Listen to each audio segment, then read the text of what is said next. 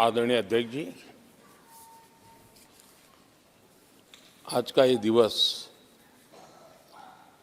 लोकतंत्र की एक महान परंपरा का महत्वपूर्ण दिवस है।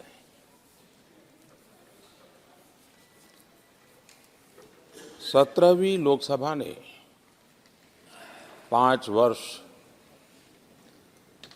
देश सेवा में जिस प्रकार से अनेकविध महत्वपूर्ण निर्णय किए, अनेक चुनौतियों को सबने अपने सामर्थ्य से देश को उचित दिशा देने का प्रयास, एक प्रकार से ही आज का दिवस हम सबकी उन 5 वर्ष की वैचारिक यात्रा का, राष्ट्र को समर्पित उस समय का,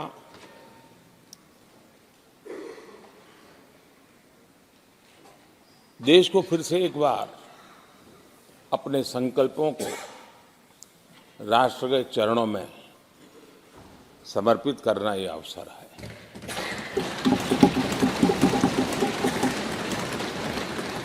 ये 5 वर्ष देश में रिफॉर्म, परफॉर्म एंड ट्रांसफॉर्म,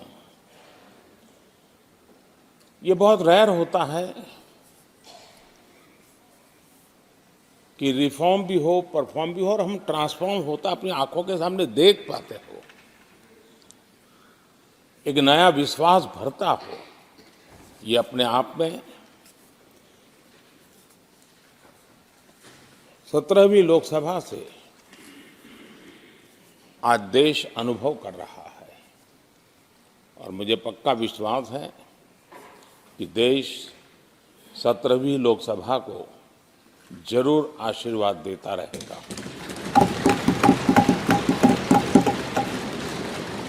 इन सारी प्रक्रियाओं में सदन के सभी माननीय सदस्यों का बहुत महत्वपूर्ण रोल रहा है, महत्वपूर्ण भूमिका रही है और ये समय है कि मैं सभी माननीय सांसदों का इस गृह के नेता के नाते भी और आप सबके एक साथी के नाते भी आप सबका अभिनंदन करता हूं।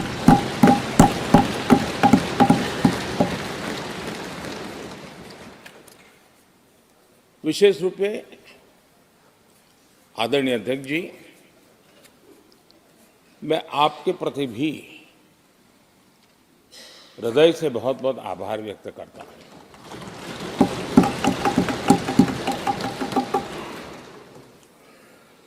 पांचों वर्ष कभी कभी सुमित्रा जी मुक्त हास्य करती थी, लेकिन आप हर पल आपका चेहरा मुस्कान से भरा रहता था। यहाँ कुछ भी हो जाए लेकिन कभी भी उस मुस्कान में कोई कमी नहीं आई।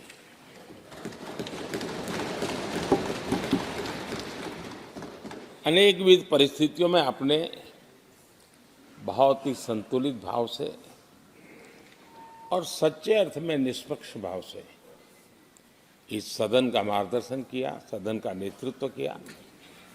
मैं इसके लिए भी आपकी भूरी भूरी प्रशंसा करता हूं।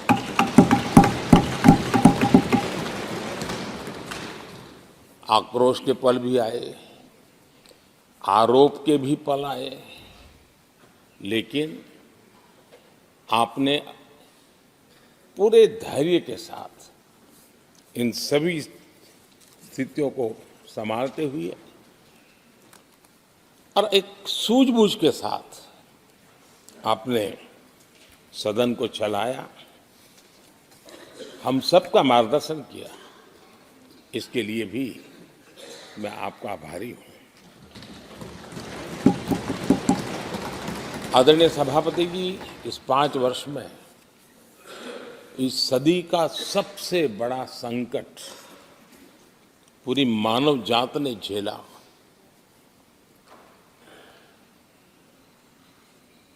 कौन बचेगा, कौन बच पाएगा, कोई किसी को बचा सकता है कि नहीं बचा सकता, ऐसी वो अवस्था थी। ऐसे में सदन में आना, ये भी अपना घर छोड़ के निकलना, ये भी संकट का काल था। उसके बाद भी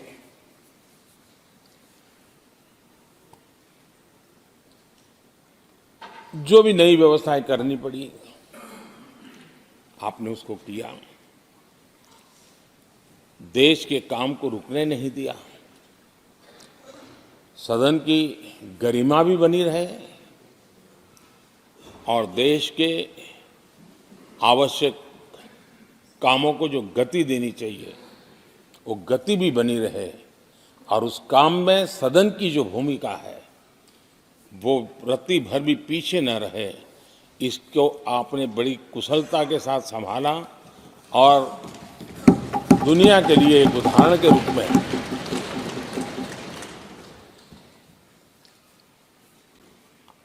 आदरणीय सभापति जी, मैं माननीय सांसदों का भी इस बात के लिए आज एक बार आभार व्यक्त करना चाहता हूं कि उस कालखंड में देश की आवश्यकताओं को देखते हुए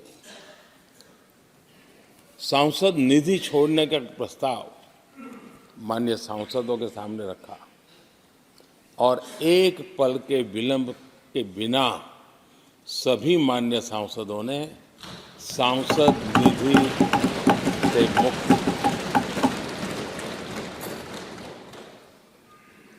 इतना ही नहीं,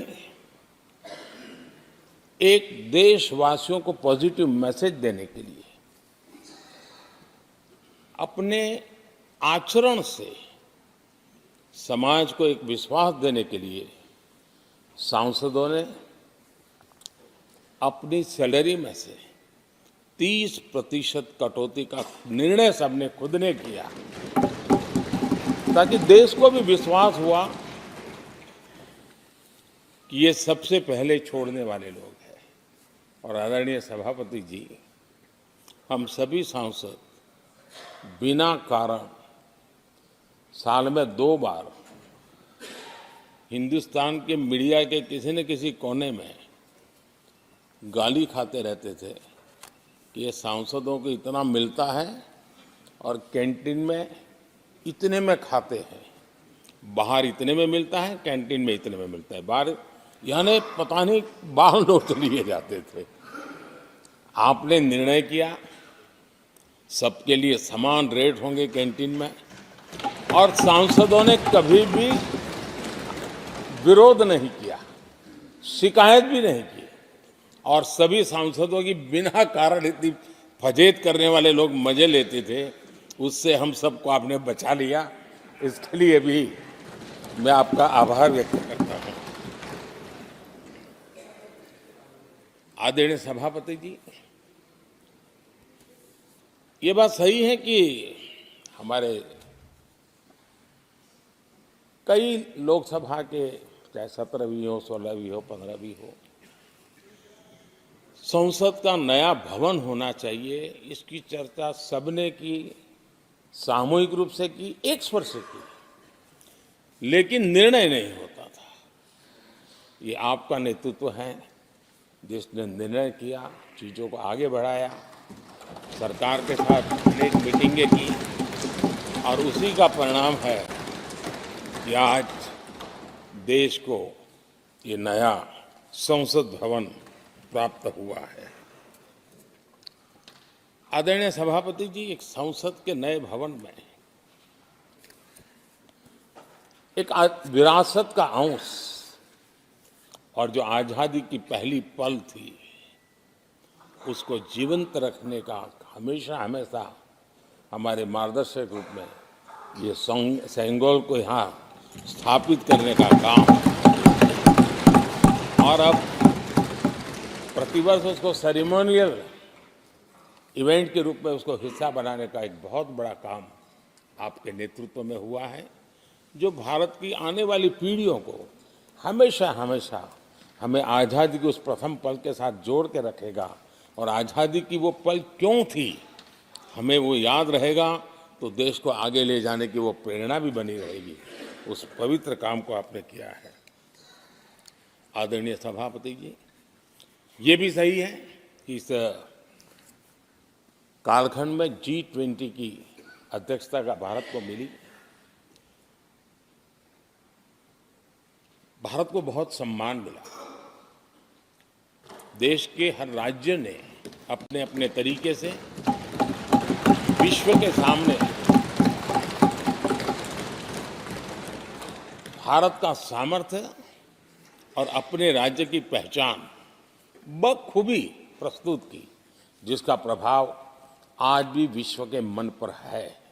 उसके साथ आपके नेतृत्व में G20 की तरह P20 का जो सम्मेलन हुआ और विश्व के अनेक देशों के स्पीकर्स यहाँ आए, और मदर ऑफ डेमोक्रेसी भारत किस महान परंपरा को लेकर के, किस डेमोक्रेटिक वैल्यूज को लेकर के सदियों से हम आगे बढ़े हैं। व्यवस्थाएं बदली होगी, लेकिन डेमोक्रेटिक मन भारत का हमेशा बना रहा है। उस बात को आपने विश्व के स्पीकर्स के सामने बखूबी प्रस्तुत की, और भारत को लोकतांत्रिक व्यवस्थाओं में भी एक प्रतिष्ठा प्राप्त कराने का काम आपके नेतृत्व में हुआ। आदरणीय सभापति जी, मैं एक बात के लिए आपका विशेष अभिनंदन करना चाहता हूं। शायद हमारे सभी माननीय सांसदों का और मीडिया का भी उस तरफ ध्यान नहीं गया है। हम संविधान सदन जिसको कहते हैं, जो पुरानी संसद, जिसमें महापुरुषों के जन्म जयंती निमित्त उनकी प्रतिमा को पुष्प चढ़ाने के लिए हम लोग एकत्र आते हैं, लेकिन वो एक 10 मिनट का इवेंट होता था और चले जाते थे। आपने देश भर में इन महापुरुषों के लिए वक्तृत्व स्पर्धा, निबंध स्पर्धा का एक अभियान चलाया। उसमें से जो बेस्ट ऑरेटर होते थे और बेस्ट एसेज होते थे, हर राज्य से 2-2 बालक उस दिन दिल्ली आते थे, और उस महापुरुष की जन्म जयंती के समय, पुष्प वर्षा के समय वो मौजूद रहते थे, देश के नेताओं को, और बाद में वो पूरा दिन भर रह करके उस पर अपना व्याख्यान देते थे। वे दिल्ली के अन्य स्थान पर जाते थे, वो सांसद की गतिविधियों को समझते थे। यानी अपने ये निरंतर प्रक्रिया चला करके देश के लाखों विद्यार्थियों को भारत की संसदीय परंपरा से जोड़ने का बहुत बड़ा काम किया, और ये परंपरा ये आपके खाते में रहेगी, और आने वाले समय में हर कोई बड़े गौरव के साथ इस परंपरा को आगे बढ़ाएगा। मैं इसके लिए भी आपका अभिनंदन करता हूं। आदरणीय अध्यक्ष जी, संसद की लाइब्रेरी जिसको उपयोग करना चाहिए वो कितना कर पाते थे वो तो मैं नहीं कह सकता हूं, लेकिन आपने उसके दरवाजे सामान्य व्यक्ति के लिए खोल दिए। ज्ञान का ये खजाना, परंपराओं की विरासत, उसको आपने जन सामान्य के लिए खोल करके बहुत बड़ी सेवा की है। मैं इसके लिए भी आपका हृदय से अभिनंदन करता हूं। पेपरलेस पार्लियामेंट, डिजिटलाइजेशन, आपने आधुनिक टेक्नोलॉजी हमारी व्यवस्था में कैसे बने। शुरू में कुछ साथियों को दिक्कत रही, लेकिन अब सब इसके आदी हो गए हैं। सब मैं देखता हूं, जब यहाँ बैठे हैं तो कुछ न कुछ करते रहते हैं। तो अपने आप में एक बहुत बड़ा काम आपने किया है। ये एक स्थायी व्यवस्थाएं आपने निर्माण की है। मैं इसके लिए आपका बहुत आभार व्यक्त करता हूँ। आदरणीय अध्यक्ष जी, आपकी कुशलता और माननीय सांसदों की जागरूकता उन सबका संयुक्त प्रयास मैं कह सकता हूं कि जिसके कारण 17वीं लोकसभा की प्रोडक्टिविटी करीब करीब 97% रही है।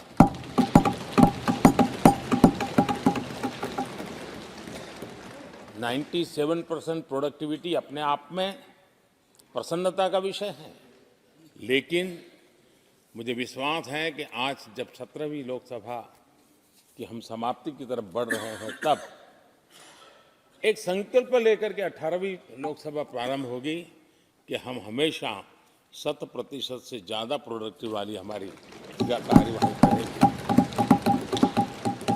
और उसमें भी 7 सत्र 100% से भी ज़्यादा प्रोडक्टिविटी वाले रहेंगे। ये भी, और मैंने देखा आपने रात रात बैठ करके भी हर सांसदों के मन की बात को आपने सरकार के ध्यान में लाने का भरपूर प्रयास किया। मैं इन सफलता के लिए सभी माननीय सांसदों का और सभी फ्लोर लीडर्स का भी हृदय से आभार और अभिनंदन व्यक्त करता हूं। पहले सत्र में, 17वीं लोकसभा के पहले सत्र में दोनों सदन ने 30 विधेयक पारित किए थे। ये अपने आप में रिकॉर्ड है।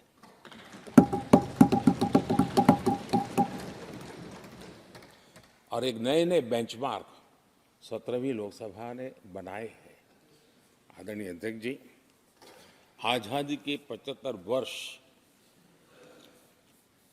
पूरा होने का उत्सव हम सबको कितना बड़ा सौभाग्य मिला कि ऐसे अवसर पर हमारे सदन ने अत्यंत महत्वपूर्ण कामों को नेतृत्व किया। हर स्थान पे हुआ।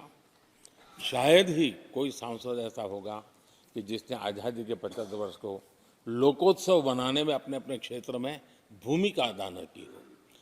यानी सचमुच में आज़ादी के 75 वर्ष को देश ने जी भर करके उत्सव से बनाया और उसमें हमारे माननीय सांसदों की और इस सदन की बहुत बड़ी भूमिका रही है।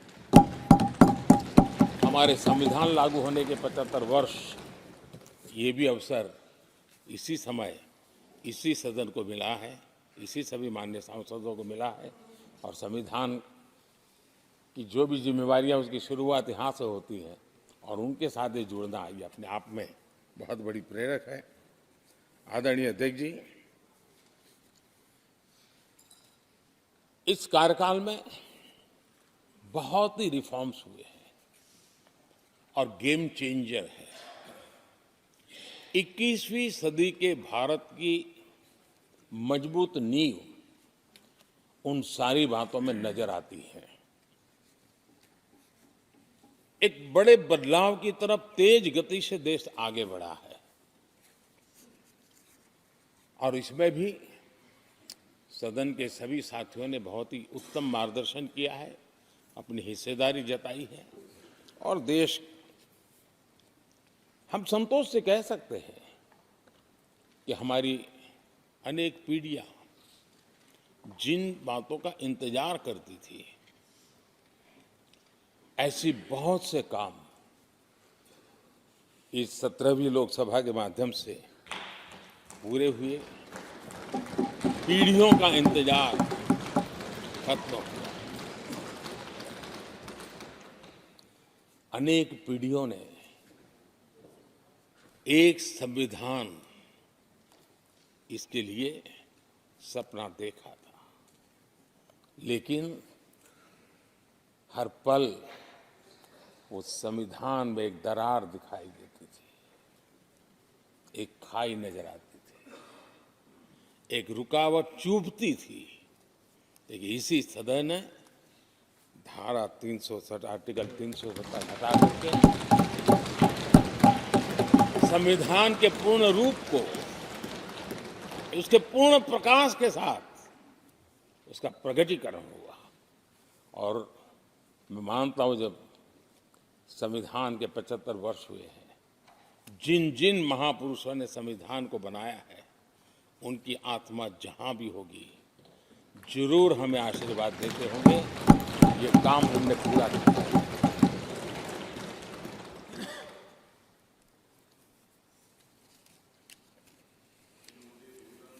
कश्मीर के भी जम्मू कश्मीर के लोगों को सामाजिक न्याय से वंचित रखा गया था। आज हमें संतोष है कि सामाजिक न्याय का जो हमारा कमिटमेंट है वो हमारे जम्मू कश्मीर के भाई बहनों को भी पहुंचा करके हम आज एक संतोष की अनुभूति कर रहे हैं। आदरणीय अध्यक्ष जी, आतंकवाद नासूर बनके देश के सीने पर गोलियां चलाता रहता था। मां भारती की धरा आए दिन रक्त रंजित हो जाती थी। देश के अनेक वीर होनहार लोग आतंकवाद के कारण बलि चढ़ जाते थे। हमने आतंकवाद के विरुद्ध सख्त कानून बनाए, इसी सदन ने बनाए। मुझे पक्का विश्वास है कि उसके कारण जो लोग ऐसी समस्याओं का लिए जूझते हैं उनको एक बल मिला है, मानसिक रूप के उनका कॉन्फिडेंस बढ़ा है और भारत को पूर्ण रूप से आतंकवाद से मुक्ति का उसमें एक एहसास हो रहा है और वो सपना भी सिद्ध होके रहेगा।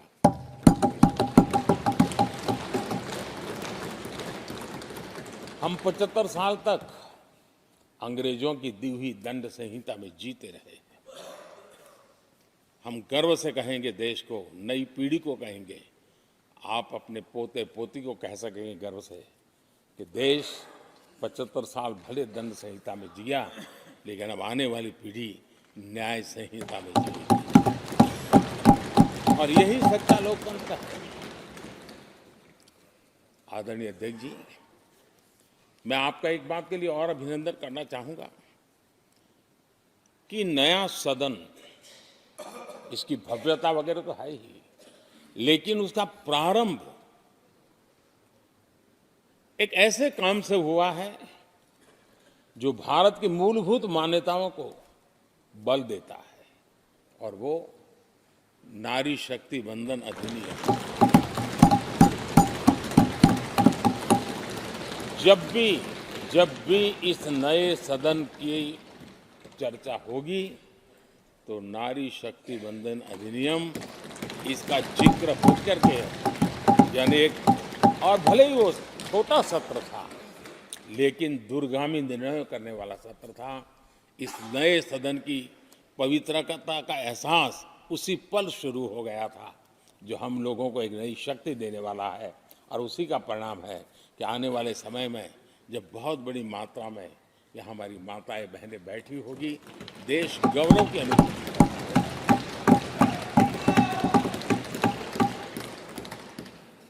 3 तलाक कितने उतार चढ़ाव से हमारी मुस्लिम बहनें इंतजार कर रही थी। अदालतों ने उनके पक्ष में निर्णय किए थे, लेकिन वो हक उनको प्राप्त नहीं हो रहा था। मजबूरियों से गुजारा करना पड़ रहा था। कोई प्रकट रूप से कहें, कोई अप्रकट रूप से कहें, लेकिन 3 तलाक से मुक्ति का बहुत महत्वपूर्ण और नारी शक्ति के सम्मान का काम 17वीं लोकसभा ने किया है। सभी मान्य सांसद, उनके विचार कुछ भी रहे हो, उनका निर्णय कुछ भी रहा हो, लेकिन कभी न कभी तो कहेंगे कि हाँ, इन बेटियों को न्याय देने का काम भी करने के समय हम वहां मौजूद हैं।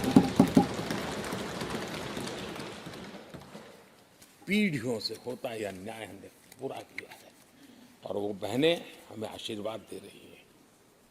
आदरणीय अध्यक्ष जी, आने वाले 25 वर्ष हमारे देश के लिए बहुत महत्वपूर्ण है। राजनीति की गहमागहमी अपनी जगह पे है, राजनीतिक क्षेत्र के लोगों की अपनी आशा आकांक्षा अपनी जगह पे है, लेकिन देश की अपेक्षा, देश की आकांक्षा, देश का सपना, देश का संकल्प ये बन चुका है। 25 साल वो हैं जो देश इच्छित परिणाम प्राप्त करके रहेगा।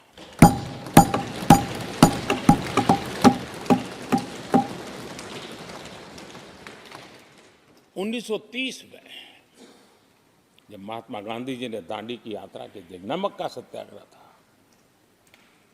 घोषणा होने के पहले लोगों को सामर्थ्य नजर नहीं आया था।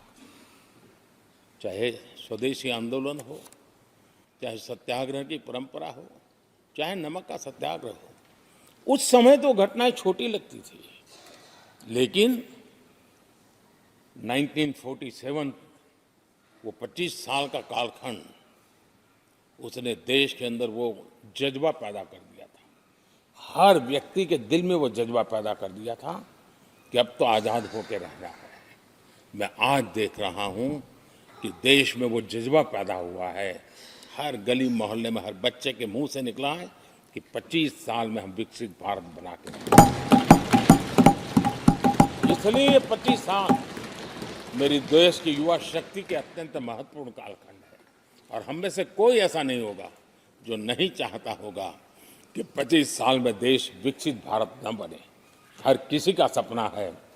कुछ लोगों ने सपने को संकल्प बना लिया है, कुछ लोग शायद संकल्प बनाते देर हो जाएगी, लेकिन जुड़ना हर एक को होगा। और जो जुड़ भी नहीं पाएंगे और जीवित होंगे तो फल तो जरूर खाएंगे। ये मेरा आदरणीय अध्यक्ष जी, ये 5 वर्ष युवाओं के लिए बहुत ही ऐतिहासिक कानून भी बने हैं।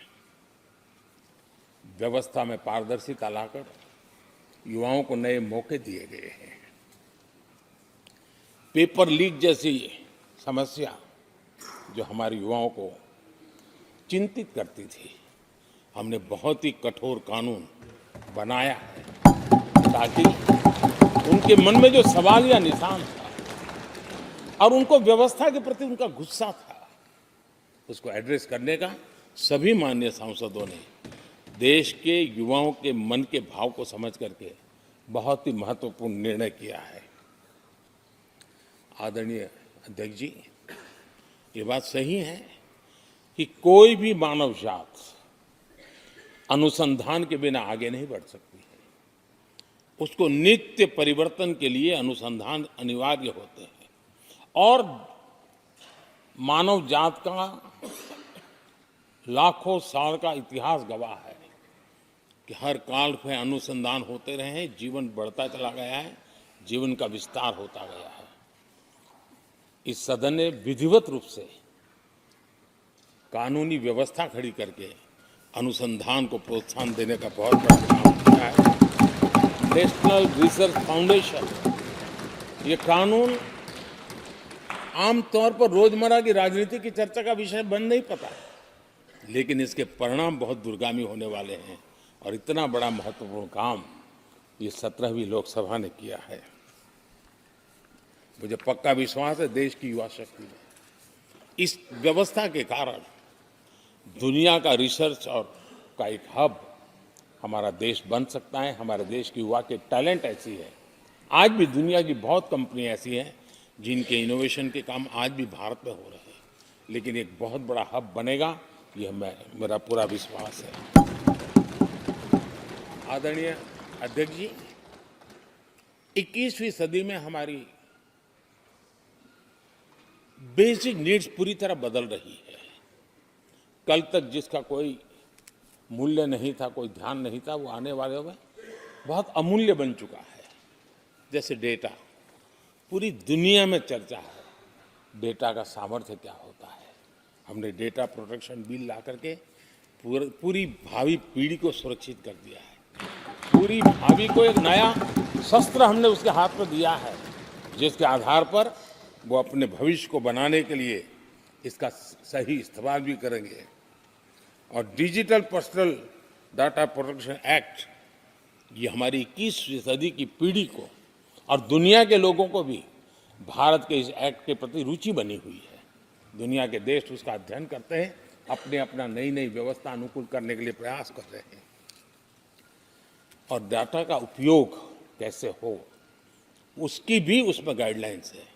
अनेक प्रकार से प्रोटेक्शन का पूरा प्रबंध करते हुए इसका सामर्थ्य कैसे आए, जिस डेटा को लोगों गोल्ड माइन कहते हैं, न्यू ऑयल कहते हैं, मैं समझता हूँ वो सामर्थ्य भारत को प्राप्त हो। और भारत इस शक्ति के इसलिए विशेष है क्योंकि विविधताओं से भरा हुआ देश है। हमारे पास जिस प्रकार की जानकारी और हमारे साथ जुड़े हुआ डेटा जो जनरेट होता है, सिर्फ हमारा रेलवे पैसेंजर्स का डेटा कोई देख ले, दुनिया के लिए एक बहुत बड़ा संशोधन का विषय बन सकता है। उसकी ताकत को हमने पहचान करके इस कानूनी व्यवस्था को दिया है। आदरणीय अध्यक्ष जी, जल थल नभ, इस सदियों से इन क्षेत्रों की चर्चा चली है, लेकिन अब समुद्री शक्ति और स्पेस की शक्ति और साइबर की शक्ति, ये ऐसी त्रिविध शक्तियों का मुकाबला करने की आवश्यकता खड़ी हुई है। और विश्व जिस प्रकार के संकटों से गुजर रहा है और विश्व में जिस प्रकार के विचारे प्रभाव पैदा करने का प्रयास कर रहे हैं, तब इन क्षेत्रों में हमें सकारात्मक सामर्थ्य भी पैदा करना है और नकारात्मक शक्तियों से अपने आप को, हर चुनौतियों को चुनौती लेने का सामर्थ्य भी बनाना है। और उसके लिए आवश्यक स्पेस से जुड़े रिफॉर्म्स बहुत अनिवार्य थे और बहुत दूरगामी दृष्टि के साथ स्पेस के रिफॉर्म का काम हमारे यहाँ हुआ है। आदरणीय अध्यक्ष जी, देश ने जो आर्थिक रिफॉर्म किए हैं उसमें 17वीं के लोकसभा के सभी माननीय सांसदों की बहुत बड़ी भूमिका रही है। बीते वर्षों में हजारों कंप्लायंसेस बेवजह हम जनता जनार्दन को ऐसी चीजों में उलझाए रखा। ये गवर्नेंस की एक ऐसी विकृत व्यवस्था विकसित हो गई, उसमें से मुक्ति दिलाने का बहुत बड़ा काम हमारे यहाँ हुआ है और इसके लिए भी ये सदन का मैं आभारी हूँ। यानी इस प्रकार के कंप्लायंसेस के बोझ में सामान्य व्यक्ति तो दब जाता है। और मैंने तो एक बार लाल किले से भी कहा था, हम जब मिनिमम गवर्नमेंट मैक्सिमम गवर्नेंस कहते हैं, मैं दिल से मानता हूं कि लोगों की जिंदगी में से जितना जल्द सरकार निकल जाए उतना ही लोकतंत्र का सामर्थ्य बढ़े। रोजमर्रा की जिंदगी में हर डगर पे सरकार टांग क्यों अड़ाए? हाँ, जो अभाव में है उसके लिए सरकार हर पल मौजूद हो, लेकिन सरकार का प्रभाव उसकी जिंदगी को ही रुकावट बना दे, ऐसी लोकतंत्र नहीं हो सकता है। और इसलिए हमारा मकसद है सामान्य मानवी की जिंदगी से सरकार जितनी हट जाए, कम से कम उसकी जिंदगी में सरकार का नाता रहे, वैसा समृद्ध लोकतंत्र दुनिया के सामने हमने आगे बढ़ाना चाहिए। उस सपने को पूरा करेंगे।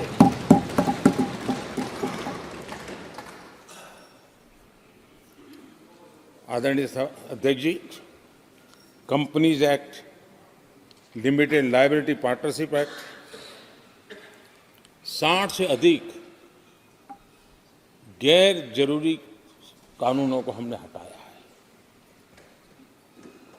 ईज ऑफ डूइंग बिजनेस, इसके लिए ये बहुत बड़ी आवश्यकता थी, क्योंकि अब देश को आगे बढ़ना है तो बहुत सारी रुकावटों से बाहर आना पड़ेगा। हमारे कई कानून तो ऐसे थे, छोटी छोटे कारणों से जेल में भर दो बस। यहाँ तक कि फैक्ट्री है और उसके शौचालय को 6 महीने में एक बार अगर व्हाइट वॉश नहीं किया है तो उसके लिए जेल थी, वो कितनी बड़ी कंपनी का मालिक क्यों ना हो। अब ये जो एक प्रकार की जो अपने आप को बड़े लेफ्ट लिबरल कहते हैं, उन लोगों की आइडियोलॉजी, और देश में ये तुमारशाही का जमाना, उन सारों से मुक्ति दिलाने का हमें भरोसा होना चाहिए भाई, वो करेगा। आज लोगों के घरों में लिफ्ट होती है, वो सोसाइटी फ्लैट वाले लोग अपनी लिफ्ट रिपेयर करते ही है जी, हर चीज कर लेते हैं। तो ये जो समाज पर, नागरिक पर भरोसा करने का काम, बहुत तेजी से बढ़ाने का काम 17वीं लोकसभा ने किया है। और इसके लिए जन विश्वास एक्ट, मैं समझता हूं 180 से ज्यादा प्रावधान डीक्रिमिनलाइज करने का काम किया है। जो मैं कहा छोटी छोटी बात में जेल में डाल देना, ये डीक्रिमिनलाइज करके हमने नागरिक को ताकत दी है। वो इसी सदन ने किया है, यही माननीय सांसदों ने किया है। कोर्ट की चक्कर से जिंदगी बचाने के लिए बहुत महत्वपूर्ण काम, कोर्ट के बाहर विवादों से मुक्ति, उस दिशा में एक महत्वपूर्ण काम, मध्यस्थता का कानून, उस दिशा में भी इसी माननीय सांसदों ने बहुत बड़ी भूमिका अदा की। जो हमेशा हाशिए पर था, किनारे पर थे, जिनको कोई पूछता नहीं था, सरकार होने का उनको एहसास हुआ है। हाँ, सरकार है, हम है। जब कोविड में मुफ्त इंजेक्शन मिलता था ना, उसको भरोसा होता था, चलिए जान बच गई। सरकार होना का उसको एहसास होता था, और यही तो सामान्य मानवीय की जिंदगी में बहुत आवश्यक होता है। वो असहायता न अनुभव, अब क्या होगा, ये स्थिति पैदा नहीं होनी चाहिए। ट्रांसजेंडर समुदाय अपमानित महसूस करता था, और जब बार बार वो अपमानित होता था तो उसके अंदर भी विकृतियों की संभावनाएं बढ़ती रहती थी, और ऐसे विषयों से सब लोग दूर भागते थे। 17वीं लोकसभा के सभी माननीय सांसदों ने ट्रांसजेंडर्स के प्रति भी संवेदना जताई, और उनके जीवन में भी बेहतरीन जिंदगी बने। और आज दुनिया के अंदर जब भारत ने ट्रांसजेंडर के लिए किए हुए काम हैं, जो निर्णय किए, इसकी चर्चा है दुनिया को बड़ा। जब हम कहते हैं ना, हमारे यहाँ इवन हमारे माता बहनों के लिए प्रेगनेंसी के लिए 26 वीक की डिलीवरी के समय की छुट्टी, दुनिया के समृद्ध देशों को भी आश्चर्य होता है। अच्छा, यानी ये प्रोग्रेसिव निर्णय यहीं पर हुए हैं, इसी 17वीं लोकसभा में हुए हैं। हमने ट्रांसजेंडर को एक पहचान दी है। अब तक करीब 16-17 हजार ट्रांसजेंडर को उनका आइडेंटिटी कार्ड दिया गया है, ताकि उनके जीवन को, और मैंने देखा अब तो मुद्रा योजना से पैसे लेकर के छोटा मोटा वो बिजनेस करने लगी, वो कमाने लगी है। पद्मा अवार्ड हमने ट्रांसजेंडर को दिया है, एक सम्मान की जिंदगी जीने के लिए। सरकार से जुड़ी अनेक योजनाओं का लाभ जो अब तक उनको मिलता नहीं था, मिलना प्रारंभ हुआ है। वो सम्मानीय जिंदगी। आदरणीय अध्यक्ष जी, बहुत विकट काल में हमारा समय गया, क्योंकि 1.5-2 साल कोविड ने हमारे पर बहुत बड़ा दबाव डाला, लेकिन उसके बावजूद भी 17वीं लोकसभा देश के लिए बहुत उपकारक रही है, बहुत अच्छे काम किए हैं। लेकिन इस समय हमने कई साथियों को भी खो दिया है। हो सकता है अगर आज वो हमारे बीच होते तो आज इस विदाई समारोह में मौजूद होते, लेकिन बीच में ही कोविड के कारण हमें अपने बहुत होनहार साथियों को खोना पड़ा। उसका दुख हमेशा हमेशा हमारे रहेंगे। आदरणीय अध्यक्ष जी, 17वीं लोकसभा का अंतिम सत्र और अंतिम आवर ही समझ लीजिए है। लोकतंत्र और भारत की यात्रा अनंत है, अनेक, और ये देश किसी पर्पज के लिए है, उसका कोई लक्ष्य है, वो पूरी मानव जात के लिए। चाहे श्री अरविंदो ने देखा हो, चाहे स्वामी विवेकानंद जी ने देखा, लेकिन आज उन शब्दों में, उस विजन में सामर्थ्य था, वो हम आंखों के सामने देख पा रहे हैं। दुनिया जिस प्रकार से भारत के महात्म्य को स्वीकार कर रही है, भारत के सामर्थ्य को स्वीकारने लगी है, और उसको, उस यात्रा को हमें और शक्ति के साथ आगे बढ़ाना है। आदरणीय अध्यक्ष जी, चुनाव बहुत दूर नहीं है। कुछ लोगों को थोड़ी घबराहट रहती होगी, लेकिन ये लोकतंत्र का सहज आवश्यक पहलू है। हम सब उसको गर्व से स्वीकार करते हैं, और मुझे विश्वास है कि हमारे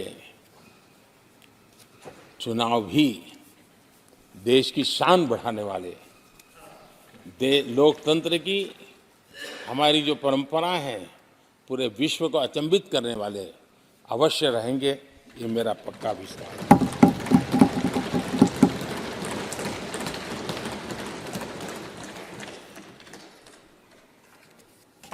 आदरणीय अध्यक्ष जी, मैं सभी माननीय सांसदों का जो सहयोग मिला है, जो निर्णय हम कर पाए हैं, और कभी कभी हमले भी इतने मज़ेदार हुए हैं कि हमारे भीतर की शक्ति भी खिल करके निकली है। और मेरा तो परमात्मा की कृपा रही है कि मुझे जब चुनौती आती है तो ज़रा और आनंद आता है। हर चुनौती को हम सामना कर पाए हैं, बड़े आत्मविश्वास और विश्वास के साथ हम चले हैं। आज राम मंदिर को लेकर के इस सदन ने जो प्रस्ताव पारित किया है, वे देश की भावी पीढ़ी को इस देश के मूल्यों पर गर्व करने की संवैधानिक शक्ति देगा। ये सही है कि हर किसी में ये सामर्थ्य नहीं होता है कि ऐसी चीजों में तो कोई हिम्मत दिखाते हैं, कुछ लोग मैदान छोड़ के भाग जाते हैं, लेकिन फिर भी भविष्य के रिकॉर्ड को देखेंगे तो आज जो व्याख्यान वो हुए हैं, जो बातें रखी गई हैं, उसमें संवेदना भी है, संकल्प भी है, सहानुभूति भी है और सबका साथ सबका विकास के मंत्र को आगे बढ़ाने का उसमें तत्व भी है। यह देश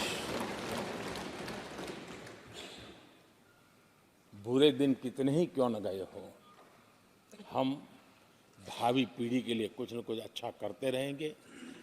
ये सदन हमें वो प्रेरणा देता रहेगा और हम सामूहिक संकल्प से, सामूहिक शक्ति से उत्तम परिणाम भारत की नौजवान पीढ़ी की आशा आकांक्षा के अनुसार करते रहेंगे।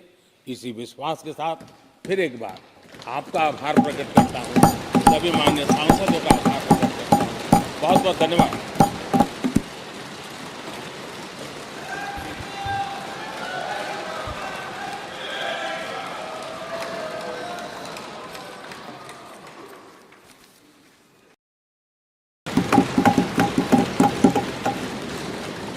इन सारी प्रक्रियाओं में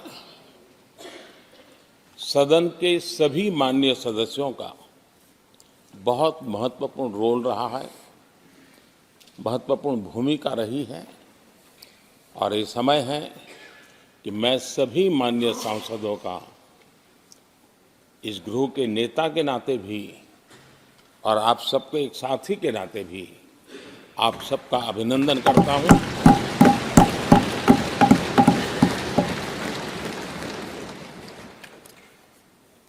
विशेष रूप से आदरणीय अध्यक्ष जी, मैं आपके प्रति भी हृदय से बहुत बहुत आभार व्यक्त करता हूं।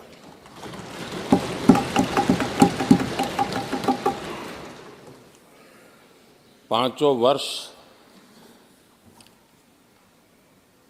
कभी कभी सुमित्रा जी मुक्त हास्य करती थी, लेकिन आप हर पल आपका चेहरा मुस्कान से भरा रहता था। यहाँ कुछ भी हो जाए लेकिन कभी भी उस मुस्कान में कोई कमी नहीं आई।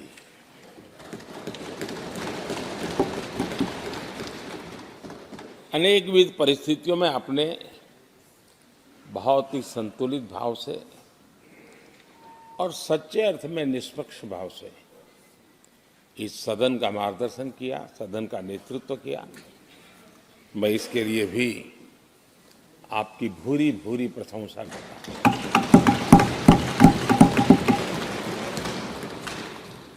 आक्रोश के पल भी आए, आरोप के भी पल आए, लेकिन आपने पूरे धैर्य के साथ इन सभी स्थितियों को संभालते हुए और एक सूझबूझ के साथ आपने सदन को चलाया, हम सबका मार्गदर्शन किया। इसके लिए भी मैं आपका आभारी हूं। आदरणीय सभापति जी, इस 5 वर्ष में इस सदी का सबसे बड़ा संकट पूरी मानव जात ने झेला।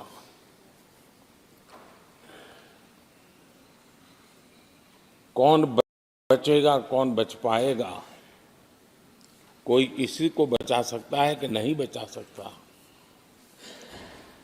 ऐसी वो अवस्था थी। ऐसे में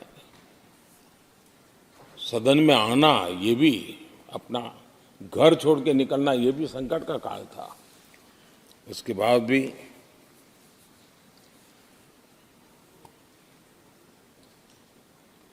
जो भी नई व्यवस्थाएं करनी पड़ी, आपने उसको किया। देश के काम को रुकने नहीं दिया। सदन की गरिमा भी बनी रहे और देश के आवश्यक कामों को जो गति देनी चाहिए, वो गति भी बनी रहे। और उस काम में सदन की जो भूमिका है, वो रत्ती भर भी पीछे न रहे। इसको आपने बड़ी कुशलता के साथ संभाला और दुनिया के लिए एक उदाहरण के रूप में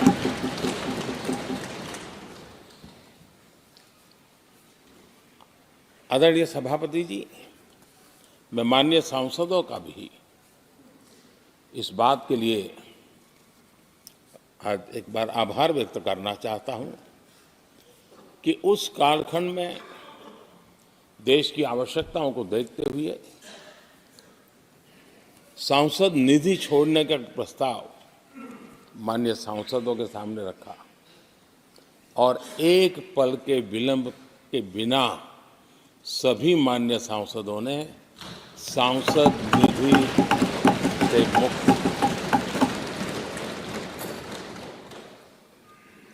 इतना ही नहीं, एक देशवासियों को पॉजिटिव मैसेज देने के लिए अपने आचरण से समाज को एक विश्वास देने के लिए सांसदों ने अपनी सैलरी में से 30% कटौती का निर्णय सबने खुद ने किया, ताकि देश को भी विश्वास हुआ कि ये सबसे पहले छोड़ने वाले लोग हैं। और आदरणीय सभापति जी, हम सभी सांसद बिना कारण साल में 2 बार हिंदुस्तान के मीडिया के किसी न किसी कोने में गाली खाते रहते थे कि ये सांसदों को इतना मिलता है और कैंटीन में इतने में खाते हैं, बाहर इतने में मिलता है, कैंटीन में इतने में मिलता है, बाहर यानी पता नहीं बाहर लोग लिए जाते थे। आपने निर्णय किया सबके लिए समान रेट होंगे कैंटीन में, और सांसदों ने कभी भी विरोध नहीं किया, शिकायत भी नहीं की। और सभी सांसदों की बिना कारण इतनी फजेत करने वाले लोग मजे लेते थे, उससे हम सबको आपने बचा लिया। इसके लिए भी मैं आपका आभार व्यक्त करता हूं। आदरणीय सभापति जी, ये बात सही है कि हमारे कई लोकसभा के, चाहे 17वीं हो, 16वीं हो, 15वीं हो, संसद का नया भवन होना चाहिए, इसकी चर्चा सबने की, सामूहिक रूप से की, एक स्वर से की, लेकिन निर्णय नहीं होता था। ये आपका नेतृत्व है जिसने निर्णय किया, चीजों को आगे बढ़ाया, सरकार के साथ अनेक मीटिंगें की और उसी का परिणाम किसान का मेरा वर्ग, देश का वंचित समाज का व्यक्ति, वन सेकंड आज भी उनको सशक्त करने वाला फैसला है। वन सेकेंड मैं अपील करता हूँ, आप भी मिस्टर चौधरी साहब से जयराम जुड़े हुए रमेश, हो। मिस्टर जयराम रमेश, आप यहाँ बैठे हो, लेकिन पहले भी मिस्टर आप जयराम रमेश, आपने काम किया, Chair is here. उनका तो आदर कर लीजिए आप। Chair is here. Sit down, sit down. चुनाव आते जाते रहते हैं। सेंगोल को यहाँ Please sit down, स्थापित sit down, करने का काम sit down. Please sit down, seat sit और down. होगी तब जाएंगे। प्रतिवर्ष उसको Honorable ceremonial members, 1 second. Event के रूप में Take उसको your हिस्सा seat. बनाने का एक बहुत बड़ा काम है, Take your seat. Take your seat. जो भारत की Take आने your वाली seat. पीढ़ियों को Take your हमेशा seat. हमेशा First, हमें will you take आजादी your को seat? प्रथम पल के साथ जोड़ के रखेगा। Why are you shouting और like a आजादी की commando? वो पल क्यों थी, हमें वो याद रहेगा। नहीं, why कि are you देश को shouting आगे like ले a जाने की commando? वो प्रेरणा भी बनी है। Sit down. उस Take पवित्र your काम seat. को आपने किया। Take your seat. Take it. आदरणीय सभापति, प्रमोद जी, ये भी सही है। बैठिए। Honorable members, कालखंड में honorable members, अध्यक्षता का भारत को मिली। सभापति जी, अगर मेरी बात दर्ज हो रही हो, मैं बात चालू one at a बहुत time. सम्मान दे। Leader of the opposition. Do you want to say? देश के Either राज्य control में your people अपने or please अपने say तरीके something. से Shri विश्व के Malika सामने Arjun Khadge ji, either control your people or you rise and Bharat address the का house. सामर्थ्य I give you two अपने राज्य options. की पहचान, Now sit down, sit down. बखूबी Leader of the opposition is on the floor. जिसका प्रभाव आज One भी second. विश्व के मन पर है। Please, everyone to आपके नेतृत्व में G20 Mr. की तरफ Javadekar. P20 का जो सम्मेलन है no one will और rise. विश्व के No one will अनेक rise. देशों के स्पीकर्स No, आए please. और mother of Before 1 minute democracy only, sir. Bharat When- की इस महान परंपरा को लेकर के Karpuri Thakur ji किस was conferred डेमोक्रेटिक वैल्यूज को with लेकर the के highest सदियों civilian से order. आगे बढ़े हैं। व्यवस्थाएं looked- बदली होगी, Ramnath ji लेकिन in the डेमोक्रेटिक eyes मन भारत and का indicated हमेशा बना रहा है। that we are इस lucky बात को आपने to have his विश्व son के here. Though Karpuri Thakur speakers did not के belong to a family, बखूबी प्रस्तुत Karpuri Thakur belonged भारत को to the entire लोकतांत्रिक nation. व्यवस्थाओं में भी एक I प्रतिष्ठा respect प्राप्त him as कराने much का as you काम do. But आपके since you नेतृत्व were में there, हुआ। I gave you that opportunity. Similarly, आदरणीय सभापति Chaudhry ji, Charan Singh does एक not बात के belong लिए to आपका one विशेष family. अभिनंदन करना But चाहता since हूं। his grandson is a हमारे member of the house, सभी माननीय it's a matter of सांसदों pride को for us. मीडिया Please, का भी उस तरफ ध्यान नहीं गया। sir, yes, Mr. Mallikarjun हम- Khadge. Mr. Khadge, संविधान सदन जिसको कहते हैं, जो one पुरानी second, Mr. Khadge, संसद, and I'll plead with जिसमें you. महापुरुषों के Should we in this house जन्म जयंती make निमित्त a controversy? उनकी when- प्रतिमा आप को ही बात कर रहे तो मैं बैठ पुष्प जाता हूँ। नहीं, चढ़ाने आप के बोलिए, लिए आप हम लोग बोलिए। एकत्र आप आते ही हैं। बैठिए। लेकिन Please, वो एक 10 मिनट Here का the event leader of the था, opposition चलिए। in rapt attention. आपने Rapt attention. देश भर में ये इन खुशी की महापुरुषों बात के है लिए कि भारत वक्तृत्व स्पर्धा, निबंध हमारे स्पर्धा का जितने एक भी, अभियान चलाया।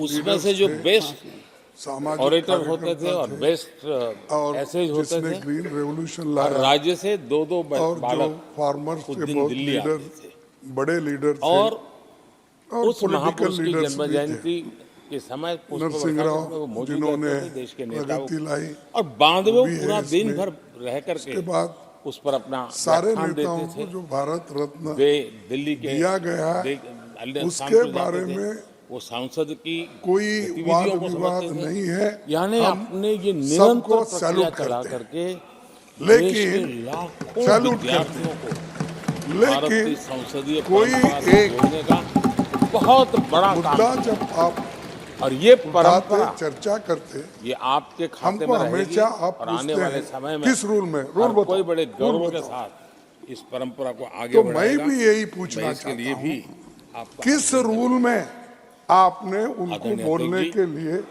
परमिशन संसद दी? की लाइब्रेरी एक, अगर ऐसा ही है तो जिसको हमको उपयोग भी करना हमेशा चाहिए, वो दीजिए। कितना कर पाते थे आप रूल, मैं नहीं कह सकता। एक तरफ रूल की बात करते हो और आपने एक उसके तरफ दरवाजे जो चाहते हैं, Please. जो चाहते हैं उनको कभी भी उठा ज्ञान सकते का हैं। ये खजाना, ये अच्छा नहीं ना, आपको डिस्क्रिशन परंपराओं की है, विरासत, दैट डिस्क्रिशन उसको शुड बी आपने यूज्ड जन सामान्य के वेरी जुडिशियसली, लिए खोल not करके बहुत as बड़ी सेवा and when की you है। want. मैं इसके लिए So भी my request is आपका हृदय that से अभिनंदन unless करता हूँ।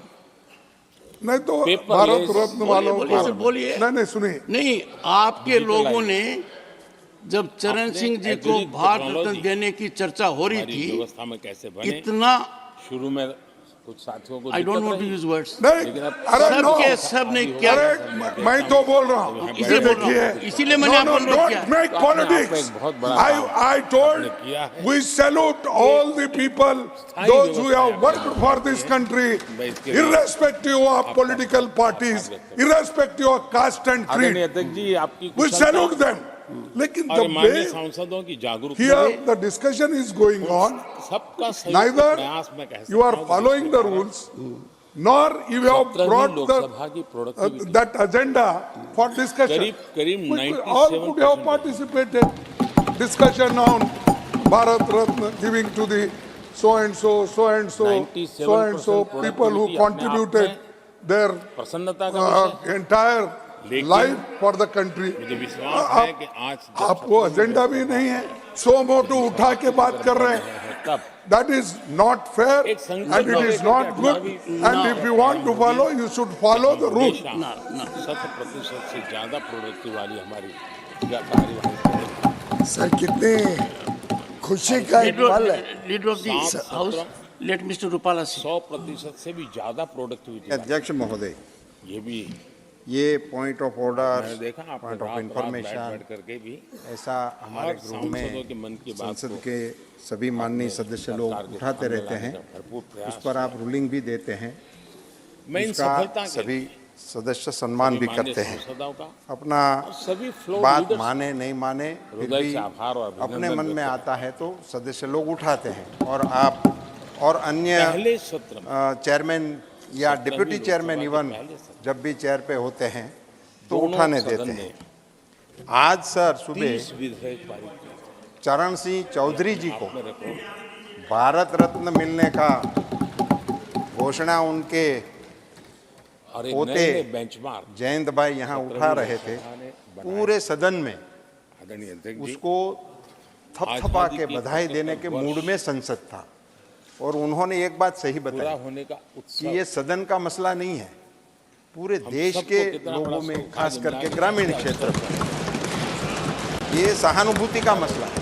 सदन में और उसी खुशी को व्यक्त करने के लिए इस सदन में कामों को नेतृत्व कहीं पे किया। हमारे खिलाड़ी जीतते हैं, शायद आपकी ही ओर से कोई यहाँ समझ अनाउंस नहीं होता है, पाता पूरा कि सदन इनको आजादी के थपथपाता 75 है, वर्ष को इसमें किसी के लोकोत्सव समधी नहीं होते बनाने में हैं, अपने क्षेत्र वो में किसी देशवासी के भूमिका पोते अदा पोती नहीं होते हैं, यानी मगर फिर भी सचमुच पूरा में देश इसको आजादी के मनाता है 75 और वर्ष सांसद को इसमें देश ने उसका प्रतियोगिता भर देते करके हैं। मैं हैरान हूँ उत्सव से बनाया कि कांग्रेस हमारे दल के माननीय लोगों ने सांसदों खड़े को होकर इसका और इस विरोध सदन क्यों की किया। बहुत बड़ी किया हमारे संविधान लागू किया। दूसरा सुनो ये भी अवसर है। सुनो अर्जुन गोडसे। हमको सुनो इसी सदन के सुनो हमको सुनो, इस देश में किसानों की आवाज को कोई रोकने वाला पैदा नहीं हुआ।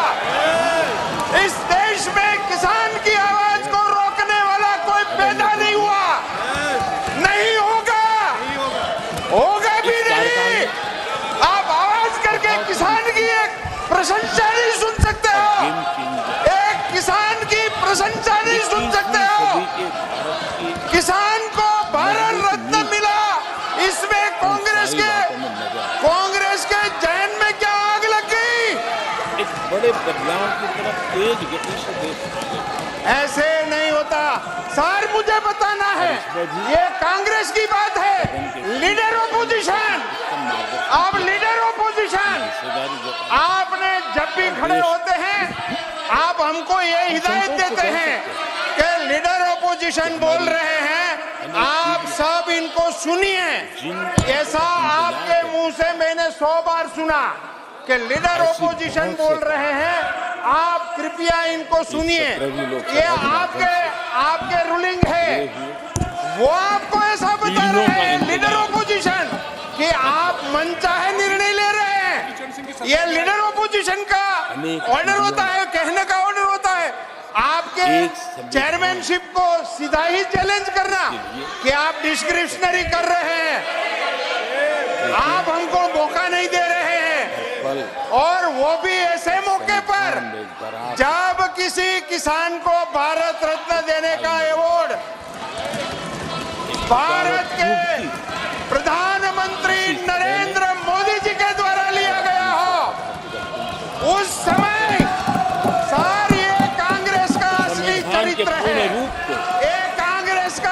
पूर्ण चेहरा है। प्रकाश के साथ कांग्रेस की सरकार इन्होंने गिराई थी, वो ये मान रहे हैं कि हमने जिनको सरकार से निकाल दिया, इनको भारत रत्न कैसे मिल सकता है। यह है इनकी मंशा। इनकी मंशा ये है कि हमने जिनको सरकार से हटा दिया, ऐसे आदमी को भारत रत्न मिलता है। यही बात है सर। आज कांग्रेस नंगी हो गई, निर्वस्त्र हो गई। सम्मान करना तो अलग रहा, बधाई देने में भी आपके पेट में चूक आ रही है। I am shame of it.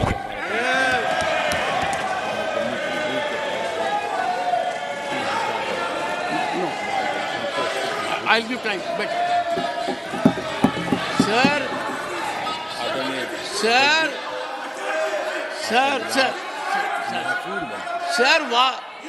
why? देश के senior Leader of the party. Only leader of the house. I'll give time to everyone. I'll give time to everyone. I will give time to everyone and also reflect what observations have been made against the chair. I have noted. Take your seat. Take your seat. Leader of the party. Honourable chairman sir, मैं सबसे पहले तो माननीय सदस्य जयंत चौधरी जी ने जो बात आज रखी, हम सब के लिए, पूरे देश के 140 करोड़ भारतवासियों के लिए, हर किसान के लिए, और हमारे चेयरमैन तो किसान पुत्र माने जाते हैं, हम सब के लिए इतनी गर्व की बात है कि माननीय चौधरी चरण सिंह जी को प्रधानमंत्री नरेंद्र मोदी जी ने सही सम्मान दिया, भारत रत्न दिया।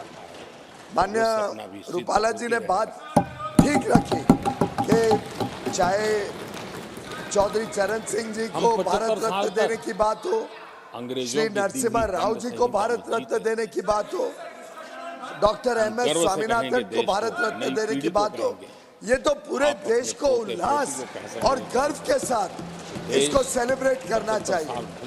ऐसे में जो भाषा का प्रयोग माननीय नेता प्रतिपक्ष ने, माननीय लीडर ऑफ द ऑपोजिशन ने किया, एक बड़े अच्छे तरीके से, ये सभी लोग नहीं होते हैं, ये बड़े उच्च स्तर के लोग, इन्होंने अपना जीवन देश की सेवा में, भारत माता की सेवा में दिया। माननीय चौधरी चरण सिंह जी ने जो किसानों की आवाज गली गली, घर घर, गांव गांव ऐसे काम से हुआ है, नरसिम्हा राव जी ने इस देश में जो इकोनॉमिक लिबरलाइजेशन की प्रथा शुरू की, मैं समझता हूँ कांग्रेस ने तो आज सेलिब्रेट करना था कि उनके प्रधानमंत्री, उनकी पार्टी के प्रधानमंत्री, प्रधानमंत्री नरेंद्र मोदी ने सम्मान दिया। दुर्भाग्य है कि उनके सरनेम में गांधी नहीं था, नेहरू गांधी होता, पहले परिवार का होता तो चल जाता, पर उनको तो देश नहीं, वो तो स्वयं को ही भारत रत्न देने में लगे।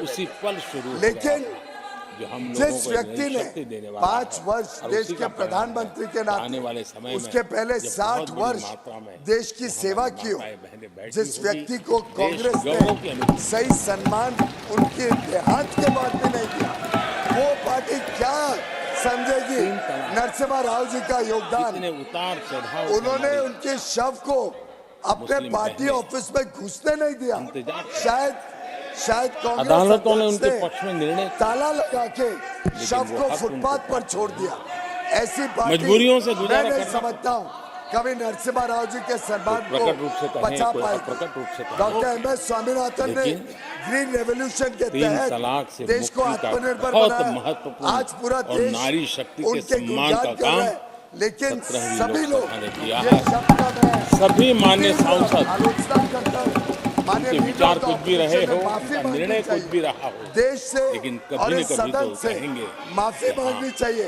जिस प्रकार से उन्होंने आज चौधरी चरण सिंह जी का, डॉक्टर MS स्वामीनाथन और नरसिम्हा राव जी का अपमान किया है, जिस प्रकार से देश का अपमान किया है, हर किसान का, हर वैज्ञानिक का, हर उस व्यक्ति का जो समाज सेवा करता है, उसका अपमान किया, उसके लिए नेता प्रतिपक्ष ने माफी मांगी। हमारे देश के लिए बहुत महत्वपूर्ण।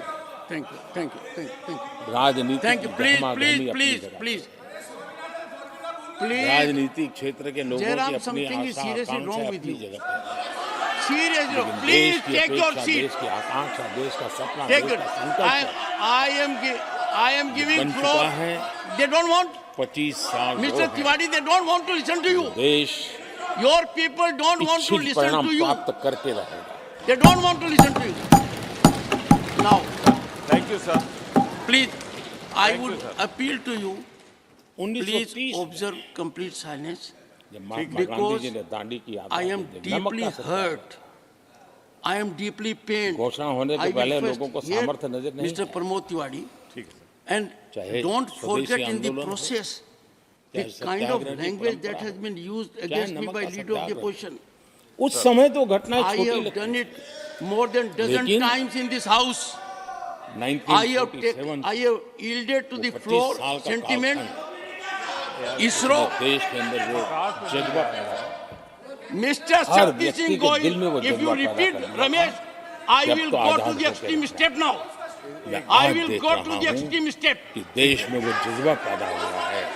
No, I गली will. मोहल्ले में हर बच्चे के मुंह से हम निकला किसान 25 साल और में किसान विकसित वर्ग का भारत इतना असम्मान बर्दाश्त नहीं कर सकते। बना। इसलिए अभी ये from 25 me. साल सर मेरी मुझे देश पॉइंट की ऑफ युवा ऑर्डर पे शक्ति बोलने के तो नहीं, देंगे भारत गांव और किसान में बसता है। में से कोई ऐसा नहीं होगा एक किसान जो को नहीं सम्मान चाहता मिला होगा और हाउस 25 साल में डिसऑर्डर में आ देश जाए। विकसित भारत न बने। सर कितनी हर बड़ी किसी पीड़ा का होती सपना है। मुझे बोलने तो दे कुछ लोगों ने सर। सपने बोलिए। को संकल्प Point of बना order लिया बोलिए है, क्या है? कुछ लोग शायद संकल्प बनाते मैं देर आपकी हो अनुमति जाएगी, से लेकिन आभारी जुड़ना हूं, आपने चाहे मुझे तो पॉइंट होगा। ऑफ प्लीज और एक बार जो हियर जुड़ भी नहीं पाएंगे और मैं जीवित सबसे होंगे पहले तो फल तो तो जरूर जो खाएंगे। कहा गया है मेरा वो रखना चाहिए। हमारे लीडर सबसे पहले सलूट आदरणीय किया अध्यक्ष जी। है उन 3 लोगों को जिनको भारत रत्न दिया गया है। 5 वर्ष raise your point of order, don't make a speech. Sir सुनिए, जो इन लोगों ने किया प्रमोद वही मैं कर तिवारी रहा हूं। बहुत ही जी, ऐतिहासिक मैंने सुना है सामना जयराम रमेश ने जयंत को क्या नहीं, कहा। मैं एलओपी की बात कह रहा हूँ। क्या कहा जयंत को ऐसे मौके पर? युवाओं को नए मौके दिए। भाई ये दुख तो अरे साहब जाए तो जाए, ये मुद्दा था क्या? मुद्दा था चौधरी चरण सिंह जी को भारत रत्न से सम्मानित होने का। हमने बहुत ही कठोर कानून you are a person who can fees के मन में जो सवाल या निशान यू कैन और उनको व्यवस्था के प्रति उनका गुस्सा yes you said so.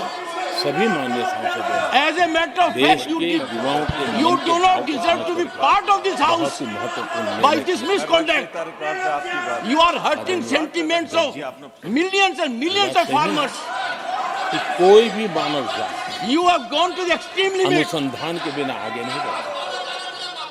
I उसको have from नित्य this seat. परिवर्तन के लिए One अनुसंधान अनिवार्य second है। before that. खड़गे जी, मानव जात का खड़गे जी, सुनिए पहले, लाखों साल मैं का किसान इतिहास वर्ग से बना। आता हूँ। इसका मतलब हर काल नहीं, से सुनिए, अनुसंधान इसका होते मतलब हैं, नहीं कि जीवन मैं बढ़ता कमजोर चला चेयरमैन है, हूँ। जीवन का मैंने बहुत बर्दाश्त किया है। आप कुछ भी मेरे बारे में कह देते हैं। You say anything you like. You don't read this book. कानूनी व्यवस्था You don't follow precedents. अनुसंधान को प्रोत्साहन Sir, you देने का use बहुत any language against me. Sometimes you behave like a Research teacher, as Foundation. if I'm a student. ये नहीं कानून सर, आज का ये मौका बहुत आमतौर संवेदनशील पर है। रोजमर्रा की राजनीति आज की के चर्चा मौके का में विषय बन नहीं पाता। नहीं, आपने मेरे लेकिन दिल पर इसके चोट की परिणाम है। बहुत दूरगामी होने वाले हैं। एक इतना बड़ा महत्वपूर्ण एक काम सभापति ने, ये 17वीं लोकसभा ने सुनिए किया पहले, है। एक बैठिए, मुझे पक्का विश्वास है सुनिए। देश की युवा शक्ति यू कैन रेज इट। इस ऑनरेबल व्यवस्था के मेंबर्स, कारण दुनिया On का 9th रिसर्च February का एक हब at 7:43 हमारा देश बन PM, सकता है। हमारे देश की युवा I के get a टैलेंट ऐसी है। communication आज भी दुनिया from की an बहुत honorable member कंपनियां of ऐसी हैं जिनके इनोवेशन Sri के Jain काम Chaudhary. आज भी भारत में हो रहे हैं। he says, लेकिन एक respected बहुत sir, बड़ा हब बनेगा, as you all are मेरा aware, पूरा विश्वास है। Chaudhary Charan Singh has been bestowed upon आदरणीय with अध्यक्ष Bharat ji, Ratna, and this is a moment 21वीं सदी में of हमारी immense pride for my family and the whole Kisan basic community needs पूरी तरह बदल रही है। that he fought for. कल तक जिसका I कोई request you, मूल्य नहीं he था, is कोई writing to ध्यान me, नहीं था, वो I आने वाले request you to बहुत grant me अमूल्य a बन couple चुका of minutes in the parliament जैसे tomorrow डेटा। to thank पूरी the दुनिया government में and the चर्चा nation for डेटा bestowing का this सामर्थ्य award क्या as an honor to his हमने legacy. Data With protection thanks. Bill law Now, करके पूरी don't भावी interrupt. पीढ़ी को Now, सुरक्षित कर दिया है। in this house, पूरी भावी को एक there नया have been number of शस्त्र हमने occasions उसके हाथ में दिया है, with individual जिसके आधार members पर also, वो अपने which I have भविष्य को recognized बनाने के लिए without इसका looking at सही the rule. इस्तेमाल भी करेंगे। We have और honored digital personal our scientists data for protection ISRO. Act We have honored ये हमारी our place. 21वीं सदी की We have पीढ़ी को honored और everyone दुनिया who के has लोगों brought को honor भी to this nation. भारत के इस एक्ट के Now प्रति रुचि imagine बनी my हुई है। plight. दुनिया के देश Leader उसका of the अध्ययन करते opposition. हैं, अपने अपना Questioning me नई under व्यवस्था which rule अनुकूल करने के I लिए प्रयास want कर रहे हैं that someone should appreciate और डाटा का Bharat उपयोग Ratna Chaudhary Charan कैसे Singh. हो, The rule is उसकी भी in उसमें me. गाइडलाइंस है। अनेक प्रकार से I have done it protection consistently. का पूरा प्रबंध करते हुए I read rule इसका books. सामर्थ्य कैसे आए। Don't use डेटा this को लोगों language, को sir. गोल्ड माइन Don't कहते use this language. हैं, न्यू ऑयल कहते हैं। I don't want to create a bed. सामर्थ्य Don't भारत use को this प्राप्त language. हो। No. भारत इस शक्ति I इसलिए will not विशेष tolerate है an insult to क्योंकि Chaudhary Charan Singh. विविधताओं से भरा हुआ I है। will not insult हमारे पास Chaudhary जिस Charan प्रकार की Singh. जानकारी और हमारे Sit साथ down, जुड़े sir. हुए No, डेटा जो no. Generate No, no, not on this. No, I सिर्फ will हमारे not. रेलवे पैसेंजर्स I का will डेटा not को accommodate देखिए। on this. दुनिया के लिए बहुत I will not accommodate on this. संशोधन का Chaudhary विषय Charan Singh stands उसकी for ताकत को हमने पहचान करके impeccable इस public कानूनी life, व्यवस्था को दिया है। unimpeachable integrity, देखिए, unflinching commitment to जल farmer. थल नभ इस दूरदर्शी सदियों से सोच था उनका किसान और गांव इन के लिए। क्षेत्रों की चर्चा चली है उनके विषय के लेकिन ऊपर अब विवाद करना प्रमोद जी आप समुद्री शक्ति किस हालत में पॉइंट ऑफ और ऑर्डर रेज स्पेस करें? की शक्ति और साइबर नहीं की मुझे बताइए ये इतना ऐसी त्रिविध लंबा शक्तियों का राजनीतिक जीवन मुकाबला आपका करने की आवश्यकता खड़ी हुई उत्तर है प्रदेश से आप और आते हैं। विश्व जिस प्रकार के चौधरी संकटों से चरण गुजर सिंह रहा की है कर्म भूमि उत्तर और विश्व प्रदेश जिस और पूरा प्रकार के भारत रहा विचारों है, प्रभाव पैदा करने का प्रयास उनको कर रहे हैं, भारत तब रत्न मिला हो इन क्षेत्रों में इस हमें विषय पर सकारात्मक इस सदन सामर्थ्य भी में पैदा मेरे यहाँ करना बैठे है हुए और इस प्रकार का नकारात्मक वातावरण हो। शक्तियों से अपने आप को हर चुनौतियों को चुनौती बोलिए। लेने का सामर्थ्य भी बनाना है। पहली और बात उसके लिए लेटेस्ट आवश्यक हियरिंग स्पेस से मैं जुड़े पहली बात रिफॉर्म्स सब बहुत श्रद्धा बहुत के साथ अनिवार्य थे ये और कहना बहुत चाहता हूं दूरगामी दृष्टि के कि जिन साथ तीन स्पेस के शख्सियतों रिफॉर्म का काम भारत हमारे रत्न यहाँ से हुआ है। नवाजा सर आप अपना पॉइंट ऑफ ऑर्डर रेज कीजिए। I don't want any cover up. I have seen with my eyes. I have seen ruckus, chaos, shouting, sloganeering, condemnation. I have seen it with my eyes. मुझे अपनी बात तो कहने दें आप point of order raise कीजिए। Don't make a speech. Sir बीते point of वर्षों में order Sorry, honorable members. Short duration discussion. Leader बोले बेवजह जनता जनार्दन को ऐसी चीजों में उलझाए रखा ये गवर्नेंस की No, Jairam, I'm not going to. Nothing will go on record. Nothing will go on record. बहुत बड़ा काम Nothing will go on record, Jairam हमारा है। Ramesh. इसके लिए भी No, nothing will go on record. ये सदन का मैं आभारी हूं।